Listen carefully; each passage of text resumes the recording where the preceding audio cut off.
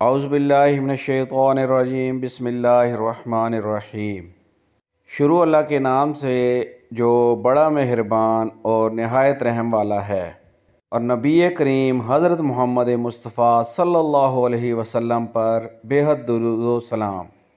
अस्सलाम वालेकुम नाज़रीन, आप देख रहे हैं मेरा यूट्यूब चैनल की जाना मैं कौन।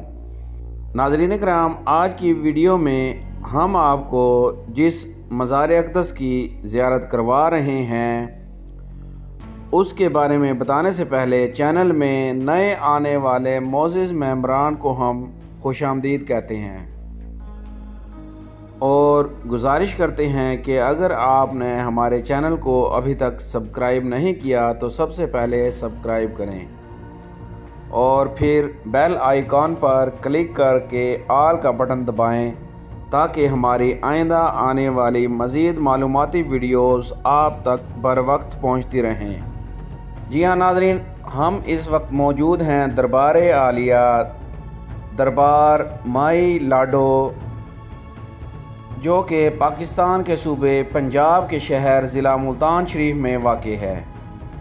हम इस वक्त आपको दरबार आलिया माई लाडो की ज़ियारत करवा रहे हैं और आपको बताते चलें कि दरबार आलिया माई लाडो पंजाब के शहर ज़िला मुल्तान शरीफ में दरबार हज़रत शाह शम्स सब्ज़वारी रहमतुल्लाह अलैह के करीब वाक़ है।